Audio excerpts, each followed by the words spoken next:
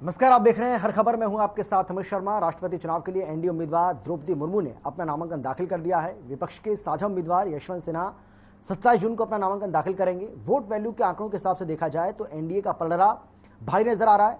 दो बाहरी दलों के समर्थन के बाद मुर्मू की दावेदारी और ज्यादा मजबूत हो गई है और यही वजह है कि बीजेपी और पूरा एनडीए मुर्मू की जीत को लेकर आश्वस्त भी दिख रहा है, लेकिन विपक्ष की ओर से भी जोर आजमाइश खूब की जा रही है। एक रिपोर्ट आपको हम दिखाते हैं, देखिए।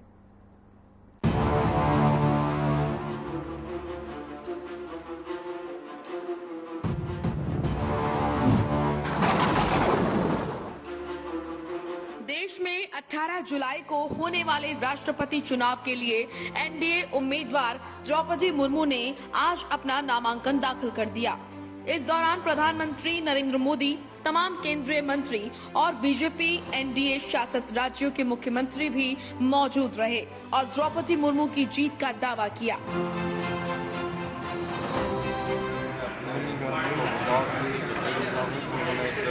ऐसा कैंडिडेट जिसकी आज बहुत आवश्यकता एक लग रही थी। आखिर ट्राइबल लेडर्स का भी एक बहुत बड़ा स्थान अपने देश में है, इसलिए ट्राइबल कैंडिडेट को देख करके बहुत ही अच्छा काम किया हूँ। मैं राष्ट्रपति पद के लिए मैडम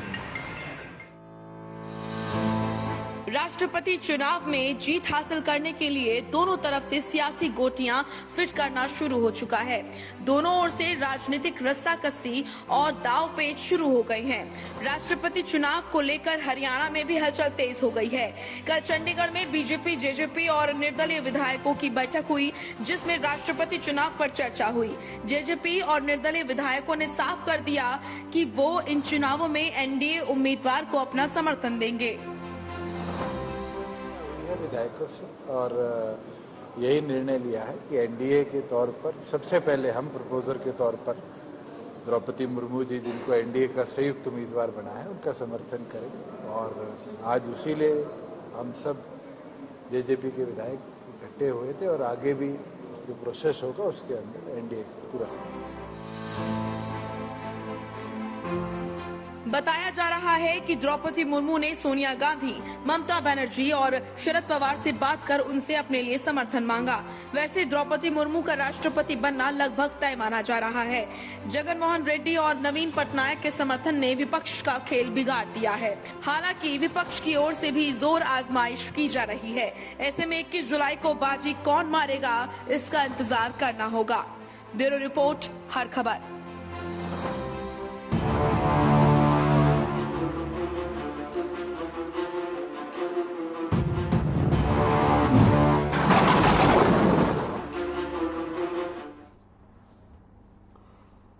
तो कैसे होता है राष्ट्रपति चुनाव? 18 जुलाई को राष्ट्रपति का चुनाव होना है, लेकिन ये चुनाव होता कैसे, ये आपको यहां पर एक अहम जानकारी हम आपको दे रहे हैं।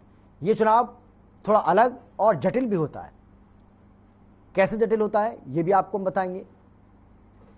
सीधे जनता की भागीदारी चुनाव में नहीं होती है, यानी कि इसमें आम जनता वोट नहीं डालती है, बल्कि जनता के द्वारा चुने हुए जो जनप्रतिनिधि हैं वो इसमें वोट करते हैं। सांसद और विधायक इसमें भाग लेते हैं।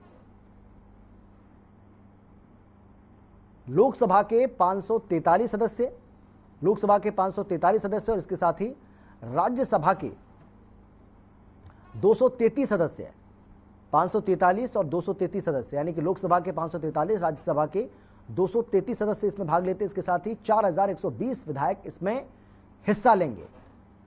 तो राष्ट्रपति चुनाव में कौन कौन हिस्सा लेगा, क्या इसकी संख्या होगी, यह भी हमने आपको बताया। इसके साथ ही एक इलेक्टोरल कॉलेज का गठन किया जाता है, यानी कि जो सांसद और विधायक इसमें वोट करते हैं उसको इलेक्टोरल कॉलेज कहा जाता है। इलेक्टोरल कॉलेज में संसद के 776 सदस्य, जबकि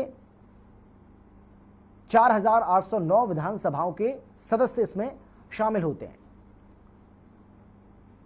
तो ये पूरी जानकारी आपको हम दे रहे हैं किस तरीके से होता है राष्ट्रपति चुनाव। कॉलेज में कुल 10,86,431 वोट होते हैं, यानी कि अगर सांसद और विधायकों की इस वैल्यू को मिला दिया जाए तो प्रत्येक वोट की एक कीमत होती है। हर वोट की एक कीमत होती है। हर संसद के सदस्य के वोट की कीमत 700 होती है, यानी कि एक सांसद के वोट की जो कीमत है वो 700 होती है और ये कीमत राज्य की जनसंख्या के आधार पर तय होती है। ये कीमत जो होती है वो तय वो राज्य की जनसंख्या के आधार पर, वहां की आबादी के आधार पर तय होती है। चुनाव में जीत सबसे ज्यादा वोट हासिल करने से नहीं होती है, और इसीलिए हमने कहा कि जटिल और थोड़ा सा अलग है। सबसे ज्यादा वोट वैल्यू हासिल करने से इसमें जीत होती है, सबसे ज्यादा वोट वैल्यू हासिल करने से इसमें जीत होती है, और जीत के लिए प्रत्याशी को 5,49,442 वोट हासिल करने होंगे।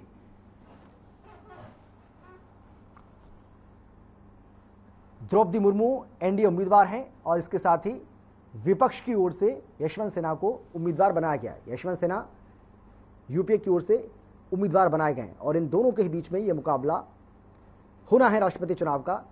15 जून को अधिसूचना जारी हुई इसकी, तो राष्ट्रपति चुनाव की अहम तारीखें भी आपको यहाँ पर बता रहे हैं। 15 जून को इसकी अधिसूचना जारी हुई, इसके साथ ही 29 जून तक नामांकन कर सकते हैं। 29 जून नामांकन की आखिरी तारीख होगी।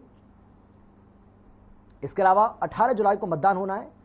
18 जुलाई को राष्ट्रपति चुनाव के लिए वोटिंग होनी है, और 21 जुलाई को मतगणना होगी। 21 जुलाई को मतगणना होनी है, यानी कि नतीजा 21 जुलाई को राष्ट्रपति चुनाव का आ जाएगा। इसके साथ ही एक और अहम तारीख 25 जुलाई, जब शपथ ग्रहण होगा, यानी कि देश के नए राष्ट्रपति 25 जुलाई को शपथ ग्रहण करेंगे। अब आपको हम बताते हैं कि द्रौपदी मुर्मू कौन है। जन्म हुआ है इनका 20 जून 1958 को।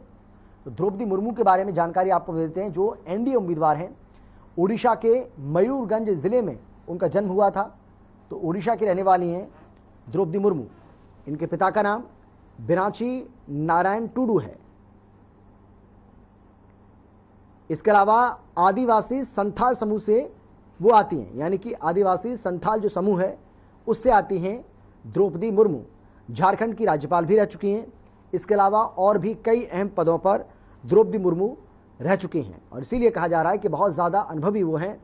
साल 2000 और साल 2004 में वो विधायक भी रह चुके हैं, यानी कि 2000 और 2004 में विधायक के पद पर भी रह चुके हैं, यानी कि 2 बार विधायक भी रह चुके हैं। बीजेपी एसटी मोर्चा की राष्ट्रीय कार्यकारिणी की सदस्य भी द्रौपदी मुर्मू रह चुकी हैं। इसके अलावा ओडिशा सरकार में कैबिनेट मंत्री के पद पर भी वो रह चुके हैं, यानी कि ओडिशा सरकार में मंत्री भी रह चुकी हैं द्रौपदी मुर्मू।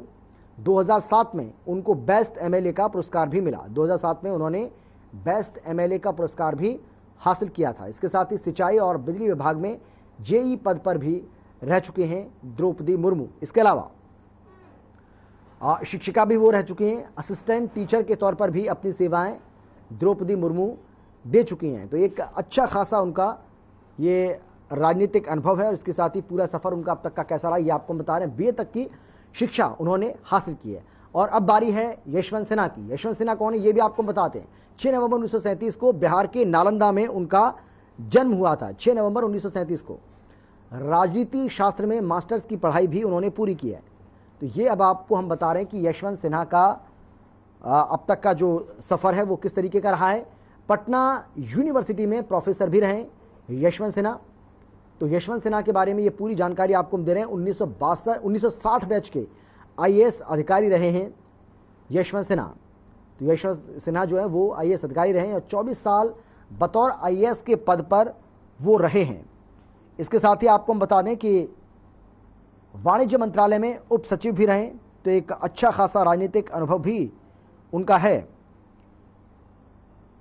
1973 से लेकर 1975 के बीच भारत के कौंसिल जनरल भी बने।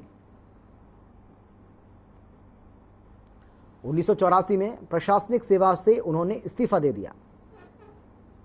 तो किस तरीके का रहा है उनका ये अब तक का सफर, ये आपको हम बता रहे हैं। इसके अलावा 1984 में राजनीतिक करियर का उन्होंने आगाज किया था। 1984 में राजनीतिक करियर का आगाज किया था यशवंत सिन्हा ने। 1986 में उन्होंने जनता पार्टी का उनको महासचिव बनाया गया था। 1986 में जनता पार्टी का महासचिव उनको बनाया गया। इसके साथ ही 1988 में पहली बार राज्यसभा के सांसद चुने गए। 1988 में पहली बार वो राज्यसभा के सांसद चुने गए।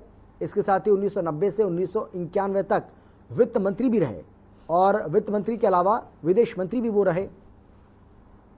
1996 में वो बीजेपी के राष्ट्रीय प्रवक्ता बने, यानी कि बीजेपी में भी कई अहम पदों पर यशवंत सिन्हा, जो कि इससे पहले बीजेपी के ही नेता थे, रहे। 1998 में केंद्रीय वित्त मंत्री उनको बनाया गया। 1998 में एक बार फिर से वो केंद्रीय वित्त मंत्री बनी। इसके अलावा एनडीए सरकार में विदेश मंत्री भी यशवंत सिन्हा रह चुके हैं, यानी कि अच्छा खासा उनका राजनीतिक अनुभव है। इसके साथ ही 2009 में उन्होंने बीजेपी से इस्तीफा दे दिया और उन्होंने उसके बाद टीएमसी को ज्वाइन कर लिया, टीएमसी का दामन थाम लिया। साल 2021 में टीएमसी ज्वाइन कर वो टीएमसी के राष्ट्रीय उपाध्यक्ष बनाए गए। नई दिल्ली